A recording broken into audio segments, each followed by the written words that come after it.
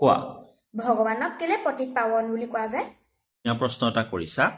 পতিত মানে হ'ল পাপত নিমজ্জিত হোৱা ব্যক্তি বা যিজন ব্যক্তিয়ে পাপ কৰিছে বা আমি সাধাৰণতে পাপী বুলি ক'ব পাৰোঁ পাৱন মানে হ'ল পবিত্ৰ কৰা অৰ্থাৎ যি পতিতসকলক পাপত নিমজ্জিত লোককো পবিত্ৰ কৰি সামৰি লয় তেওঁৱেই হ'ল পতিত পাৱন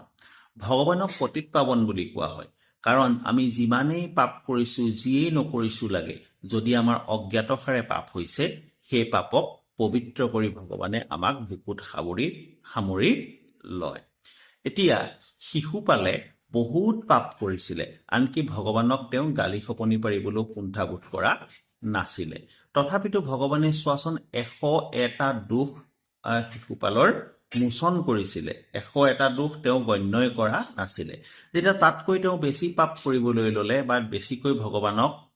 অপমান কৰিবলৈ ল'লে তেতিয়া ভগৱানে তেওঁৰ ওপৰত ব্যৱস্থা ল'বলৈ বাধ্য হ'ল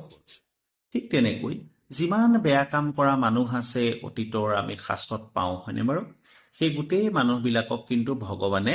বধ কৰিছে কিন্তু বধ কৰাৰ পিছত আকৌ তেওঁ নিজৰ লগতেই লীন নিয়ে আছে গতিকে ভগৱান হ'ল পতিত পাৱন আৰু তেখেতক সদায় আমি আমাৰ যি সামাজিক নিয়ম অনুসৰি পূজা প্ৰাৰ্থনা তেনেকৈ কৰিব লাগে